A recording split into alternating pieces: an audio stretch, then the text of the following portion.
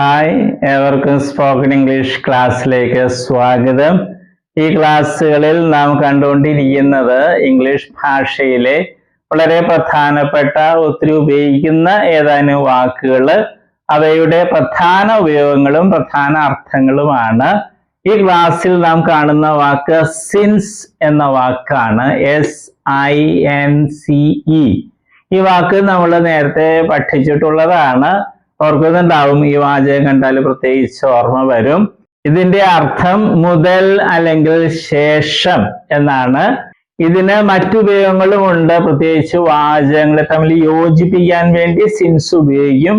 അപ്പോൾ അതിന് വേറെ അർത്ഥമാണുള്ളത്. അത് നമുക്ക് പിന്നീട് കാണാം. ഇപ്പോൾ കാണുന്നത് മുതൽ അല്ലെങ്കിൽ ശേഷം എന്ന അർത്ഥത്തിലാണ്.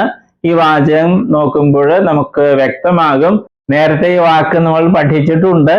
എന്നാൽ ഇപ്പോൾ ഇങ്ങനെ പ്രധാനപ്പെട്ട കുറച്ച് വാക്കുകൾ കാണുന്ന കൂട്ടത്തിൽ വീണ്ടും നമ്മൾ ആ വാക്ക് ഒന്നുകൂടി കാണുകയും പഠിക്കുകയും ചെയ്യുകയാണ്. ആദ്യത്തെ വാചകം നമുക്ക് നോക്കാം. We have been waiting for you since 8 o'clock. We have been waiting. ഇത് നമ്മൾ പഠിച്ചിട്ടുണ്ട്. ആ സമയത്താണ് ഈ വാക്ക് നമ്മൾ പഠിച്ചത്. for എന്ന വാക്ക് ഇവിടെ ഉപയോഗിച്ച അർത്ഥത്തിലല്ല for. അതും സിൻസും നമ്മൾ ഉപയോഗിച്ച് നേരത്തെ കണ്ടിട്ടുണ്ട്. അതേപോലെ വീണ്ടും നമ്മൾ കാണുകയാണ്. We have been waiting for you since 8 o'clock. എന്താണ് ഇതിന്റെ അർത്ഥം? 8 മണി മുതൽ. Since 8 o'clock. Since 8 o'clock ആണ് 8 മണി മുതൽ എന്ന് മലയാളത്തിൽ പറയുന്നത്.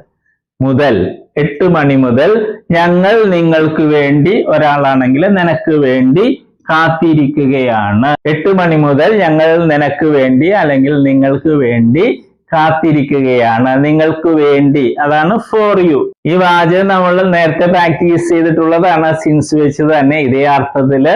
അതുകൊണ്ട് അധികം വീണ്ടും പ്രാക്ടീസ് ചെയ്യണമെന്നില്ല. എങ്കിലും നമ്മൾ വീണ്ടും കാണുകയാണ്. രണ്ടാമത്തെ വാചകം നോക്കാം. I haven't slept. ഇതെല്ലാം നമ്മൾ പഠിച്ചിട്ടുണ്ട്. I haven't slept. ഞാൻ ഉറങ്ങിയിട്ടില്ല. Well, നന്നായി. I haven't slept well. ഞാൻ നന്നായി ഉറങ്ങിയിട്ടില്ല. Since Monday. തിങ്കളാഴ്ച മുതൽ ഞാൻ നന്നായി ഉറങ്ങിയിട്ടില്ല. അല്ലെങ്കിൽ തിങ്കളാഴ്ചയ്ക്ക് ശേഷം. ആ രീതിയിൽ മലയാളത്തിൽ നമുക്ക് പറയാം. തിങ്കളാഴ്ചയ്ക്ക് ശേഷം ഞാൻ നന്നായി ഉറങ്ങിയിട്ടില്ല. അല്ലെങ്കിൽ തിങ്കളാഴ്ച മുതൽ ഞാൻ നന്നായി ഉറങ്ങിയിട്ടില്ല. I haven't slept well. I haven't slept well since Monday. ഇവിടെ സബ്ജക്റ്റ് മാറ്റി വയ്ക്കുക. അതുപോലെ മൺഡേ, ട്യൂസ്ഡേ മറ്റു ദിവസങ്ങളൊക്കെ വെച്ച് നോക്കുക. നമ്മൾ പഠിക്കുന്നത് സിൻസ് എന്ന വാക്കിന്റെ അർത്ഥമാണ്. അതിന് സഹായകമായ വാചകങ്ങൾ ഉണ്ടാക്കാൻ ശ്രദ്ധിക്കുക. രണ്ടുപേരും ഒരുമിച്ചിരുന്ന് പ്രാക്ടീസ് ചെയ്യുമ്പോൾ ആദ്യം മലയാളം പറയുക. അതിന്റെ ഇംഗ്ലീഷാണ് മറ്റേയാൾ പറയേണ്ടത്. ഇവിടെ നമ്മൾ ആദ്യം ഇംഗ്ലീഷ് പിന്നെ മലയാളം അങ്ങനെ എഴുതിയിരിക്കുന്നത്. പക്ഷെ പ്രാക്ടീസ് ചെയ്യുമ്പോൾ നേരെ തിരിച്ചായിരിക്കണം. ഓക്കെ. മൂന്നാമത്തെ വാചകം നോക്കാം. I haven't seen him since 2012. I haven't seen him. ഞാൻ അവനെ കണ്ടിട്ടില്ല. Since 2012. 2012 ശേഷം അല്ലെങ്കിൽ 2012 മുതൽ ഞാൻ അവനെ കണ്ടിട്ടില്ല. ഇതെല്ലാം നമ്മൾ പഠിച്ചിട്ടുണ്ട്. I haven't seen him since 2012. 2012 ശേഷം ഞാൻ അവനെ കണ്ടിട്ടില്ല. ഇങ്ങനെയാണ് സിൻസ് എന്ന വാക്ക് ഇവിടെ ഉപയോഗിക്കുന്നത്. നേരത്തെ പറഞ്ഞതുപോലെ സിൻസിന് വേറെ ഉപയോഗമുണ്ട്. അത് നമുക്ക് പിന്നീട് കാണാം. ഈ വാചകങ്ങളെ നിങ്ങൾ പ്രാക്ടീസ് ചെയ്യുക. ഇതുപോലുള്ള വാചകങ്ങൾ നേരത്തെ പ്രാക്ടീസ് ചെയ്തിട്ടുണ്ട്. എന്നാൽ ഇതുപോലുള്ളത് നമ്മൾ ചെയ്തിട്ടില്ല. അതുകൊണ്ട് ഇതുപോലുള്ള വാചകങ്ങൾ സബ്ജക്റ്റ് മാറ്റി ഇവിടെ ദിവസങ്ങൾ, ഇവിടെ വർഷങ്ങളൊക്കെ മാറ്റി ഒന്ന് പ്രാക്ടീസ് ചെയ്യുക. ഓക്കെ. എപ്പോഴും അവർക്ക് പ്രാക്ടീസ് ചെയ്യാതെ നമ്മൾ ഭാഷ പഠിക്കാൻ പോകുന്നില്ല. ഇനി വെർബ്സിന്റെ ലിസ്റ്റ് ഉണ്ട്. ഈ 4 ഫോംസ് പഠിക്കണം. മറ്റു വെർബ്സും പഠിക്കുക. അതോടൊപ്പം പുതിയ ഇംഗ്ലീഷ് വേർഡ്സ്, ഇംഗ്ലീഷ് വാക്കുകൾ, അർത്ഥം, ഉച്ചാരണം എല്ലാം പഠിക്കണം. കൂടുതൽ വാക്കുകൾ നമുക്കറിയാമെങ്കിൽ നല്ല ആത്മവിശ്വാസമായിരിക്കുള്ളൂ. ഓക്കെ. നന്നായിട്ട് ഒഴുക്കോടെ ഇംഗ്ലീഷ് സംസാരിക്കാൻ പറ്റും. അതോടൊപ്പം തന്നെ ചെറിയ സിമ്പിളായിട്ടുള്ള കഥകൾ, ഇംഗ്ലീഷ് കഥകൾ വായിച്ച് മനസ്സിലാക്കാൻ ശ്രമിക്കുക. അതിലുള്ള അറിയാത്ത വാക്കുകളുടെ അർത്ഥമൊക്കെ പഠിക്കുക. ഓക്കെ. All the best. നമ്മൾ വെർബുകളാണ് കാണുന്നത്. വെർബ്സ് എന്ന് പറയുന്നത് ക്രിയകൾ അല്ലെ. വരിക, പോവുക എന്നൊക്കെ പറയുന്നതാണ് വെർബ് അല്ലെ ക്രിയകൾ. അപ്പൊ വെർബിന് അല്ലെ ക്രിയയ്ക്ക് ധാരാളം രൂപങ്ങളുണ്ട്. ഉദാഹരണമായിട്ട് മലയാളത്തിൽ എഴുതുക എന്ന ക്രിയ അല്ലെങ്കിൽ വെർബ് എടുക്കുക. അങ്ങനെ ഒത്തിരി രൂപങ്ങൾ. എഴുതുക, എഴുതും, എഴുതുകയാണ്, എഴുതിയിട്ടുണ്ടായിരുന്നു, എഴുതുവാൻ, എഴുതുമായിരുന്നു, എഴുതണമായിരുന്നു, അങ്ങനെയൊക്കെ ധാരാളം രൂപങ്ങൾ മലയാളത്തിലുണ്ട്. അതുപോലെ ഇംഗ്ലീഷിലുണ്ട് ധാരാളം ഫോംസ്, രൂപങ്ങളുണ്ട്. അതിൽ 4 എണ്ണമാണ് ഇംഗ്ലീഷിലെ ഏറ്റവും പ്രധാനപ്പെട്ട രൂപങ്ങൾ. അതേതൊക്കെയാണ്? ഫോം എന്ന് വെച്ചാൽ രൂപം. Base form, present form, past form, past participle form.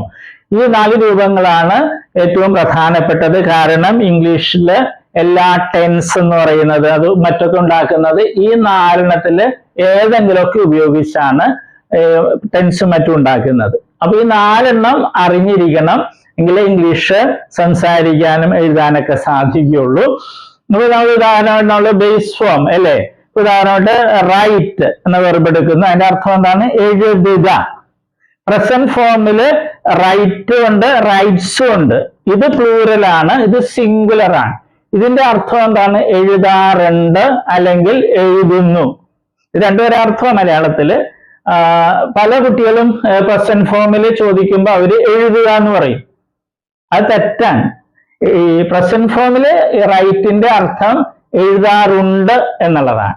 എഴുതുക എന്നുള്ളത് ബേസ് ഫോമാ. ഇത് ഒത്തിരി പേര് തെറ്റായിട്ട് സ്കൂളിൽ പഠിച്ചിട്ടുണ്ട്. പാസ്റ്റ് ഫോമില് അതിന്റെ അർത്ഥം എന്താണ്? വാക്ക് എന്താണ്? റോട്ട്. അതിന്റെ അർത്ഥം എഴുതി എന്നുള്ളതാണ്. പിന്നെ പാസ്റ്റ് പാർട്ടിസിപ്പിൾ ഫോം ഉണ്ട്, അതിന്റെ റൈറ്റിൻ്റെത് റിട്ടൺ എന്നുള്ളതാണ് ആ ഫോം. അതിന് പല അർത്ഥങ്ങളുണ്ട്, മാറി മാറി വരും. പിന്നെ ഒരു കാര്യം നമ്മൾ അറിഞ്ഞിരിക്കുക, ഈ ബേസ് ഫോമും പ്രസന്റ് ഫോം പ്ലൂറലും, ബേസ് ഫോമും പ്രസന്റ് ഫോം പ്ലൂറലും ഇംഗ്ലീഷ് ഭാഷയിലെ വെർബുകൾക്ക് ഒരെണ്ണത്തിനൊഴികെ, ബി എന്ന വെർബിനൊഴികെ ബാക്കി എല്ലാ വെർബുകൾക്കും ഒരേപോലെയാണ്. സ്പെല്ലിങ്ങും ഉച്ചാരണമൊക്കെ ഒരേപോലെ തന്നെയാണ്. ഏത്? ബേസ് ഫോമും പ്രസന്റ് ഫോം പ്ലൂറലും. അർത്ഥം വ്യത്യാസമുണ്ട്. ബേസ് ഫോമിൽ എഴുതുക എന്നുള്ളതാണ് റൈറ്റ് എന്ന് പറയുമ്പോൾ, പ്രസന്റ് ഫോമിൽ റൈറ്റ് എന്ന് പറയുമ്പോൾ എഴുതാറുണ്ട് എന്നുള്ളതാണ്. ഇംഗ്ലീഷ് ഭാഷയിൽ 1,70,70,000-ലധികം വെർബുകൾ, ക്രിയകളുണ്ട്. അപ്പൊ അതില് ഈ വെർബ് ഒഴിച്ച്, ബി എന്നൊരു വെർബ് ഉണ്ട് ഇംഗ്ലീഷില്, അത് ഒഴിച്ച് ബാക്കി എല്ലാ വെർബുകളുടെയും ബേസ് ഫോമും പ്രസന്റ് ഫോം പ്ലൂറലും ഒരേപോലെ, ഒരേ സ്പെല്ലിംഗ്, ഒരേ ഉച്ചാരണം. ഓക്കെ, അതുകൊണ്ട് നമ്മൾ ഇത് പ്രത്യേകിച്ച് പഠിക്കില്ല. നമ്മൾ ഇത് 3 പഠിക്കുന്നത്. അത് നമ്മൾ സ്കൂളിൽ പഠിച്ചിട്ടുണ്ട് അല്ലെ. Come, came, come, go, went, gone, അത് തന്നെ സാധനം. പിന്നെ നേരത്തെ ഒരു കാര്യവും കൂടി, ഇംഗ്ലീഷിൽ നേരത്തെ പറഞ്ഞു 1,70,70,000 വെർബ്സ് ഉണ്ട്. അതിൽ ഭൂരിഭാഗം വെർബുകളുടെയും ഈ പാസ്റ്റ് ഫോമും പാസ്റ്റ് പാർട്ടിസിപ്പിൾ ഫോമും ഉണ്ടാക്കുന്നത് ഈ പ്രസന്റ് ഫോമിന്റെ കൂടെ ഡി അല്ലെങ്കിൽ ഇ ഡി എന്ന് കൂട്ടിച്ചേർത്താണ്. ഒരിക്കൽ കൂടി പറയട്ടെ, ഇംഗ്ലീഷ് ഭാഷയിലെ ഒട്ടുമിക്ക വെർബുകളുടെയും പാസ്റ്റ് ഫോമും പാസ്റ്റ് പാർട്ടിസിപ്പിൾ ഫോമും ഉണ്ടാക്കുന്നത് ഡി അല്ലെങ്കിൽ ഇ ഡി എന്ന് പ്രസന്റ് ഫോമിന്റെ ഈ പ്ലൂറലിനോടുകൂടെ കൂട്ടിച്ചേർത്താണ്.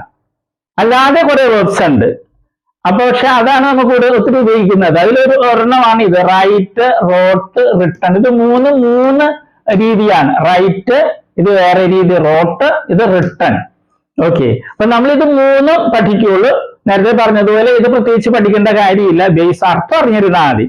ഓക്കെ, ഇപ്പൊ കമ്മിന്റെ അർത്ഥം എന്ന് പറഞ്ഞാൽ വരിക. ബേസ് ഫോമിൽ കം എന്ന് പറഞ്ഞാൽ വരിക എന്നായിരിക്കും. പ്രസന്റ് ഫോമിൽ വരാറുണ്ട് എന്നായിരിക്കും അർത്ഥം. ഉച്ചാരണവും സ്പെല്ലിങ്ങും ഒന്ന് തന്നെ ആയിരിക്കും. അപ്പൊ നമ്മളിത് 3 സ്കൂളിൽ നമ്മൾ പഠിച്ചിട്ടുണ്ട്. അത് ശരിയായിട്ടൊന്ന് മനസ്സിലാക്കണമെന്നേ ഉള്ളൂ. നമ്മളൊരു 16 ലിസ്റ്റ് വെർബുകൾ ഉണ്ടാക്കിയിട്ടുണ്ട്.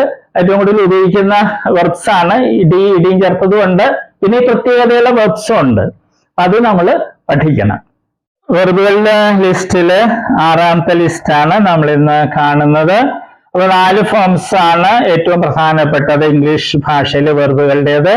ആ 4 ഫോംസ് ഉപയോഗിച്ചാണ് എല്ലാ ടെൻസുകളും മറ്റുണ്ടാക്കുന്നത് നമ്മൾ കണ്ടു. പക്ഷെ നമ്മൾ 3 ഫോം പഠിച്ചാൽ മതി, പ്രസന്റ് ഫോമും പാസ്റ്റ് ഫോമും പാസ്റ്റ് പാർട്ടിസിപ്പിൾ ഫോമും. ബേസ് ഫോം പ്രത്യേകിച്ച് പഠിക്കേണ്ടതില്ല, കാരണം ബേസ് ഫോമും പ്രസന്റ് ഫോം പ്ലൂറലും വെർബുകളുടേത് ഇംഗ്ലീഷിൽ ഒരേപോലെ ഇരിക്കും. ഉച്ചാരണവും സ്പെല്ലിങ്ങും അർത്ഥം വ്യത്യാസമുണ്ട്, അത് മറക്കരുത്. പിന്നെ പ്രസന്റ് ഫോമിന് സിംഗുലറും പ്ലൂറലും ഉണ്ട്.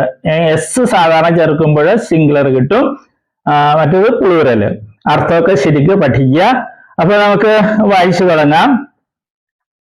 Present form, past form, past participle form മാത്രമാണ്. Lead, led, led, read, read, read. ഉച്ചാരണം റീഡിന്റെ ശ്രദ്ധിക്കണേ.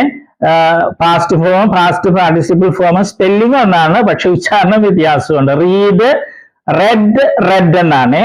Feed fed fed, speed sped sped, play fled fled, pay paid paid, lay laid laid, say said said, hear heard heard. ഈ വെർബുകളുടെ പ്രത്യേകത എന്താണ്? ഇവയുടെ past ഫോമും പാസ്റ്റ് പാർട്ടിസിപ്പിൾ ഫോമും ഡി എന്നോ ഇ ഡി എന്നോ കൂട്ടിച്ചേർത്തല്ല ഉണ്ടാക്കുന്നത്, വ്യത്യാസമുണ്ട്. അതുകൊണ്ട് ഇവ കാണാപ്പാഠം പഠിക്കേണ്ടതാണ്. ഇനിയുള്ള വെർബുകൾ നമ്മൾ നേരത്തെ കണ്ടതുപോലെ ഡി എന്നോ ഇ ഡി എന്നോ പ്രസന്റ് ഫോം പ്ലൂറലിന്റെ കൂടെ ചേർത്താണ് പാസ്റ്റ് ഫോമും പാസ്റ്റ് പാർട്ടിസിപ്പിൾ ഫോമും ഉണ്ടാക്കുന്നത്. നമ്മൾ കാണുകയാണ്.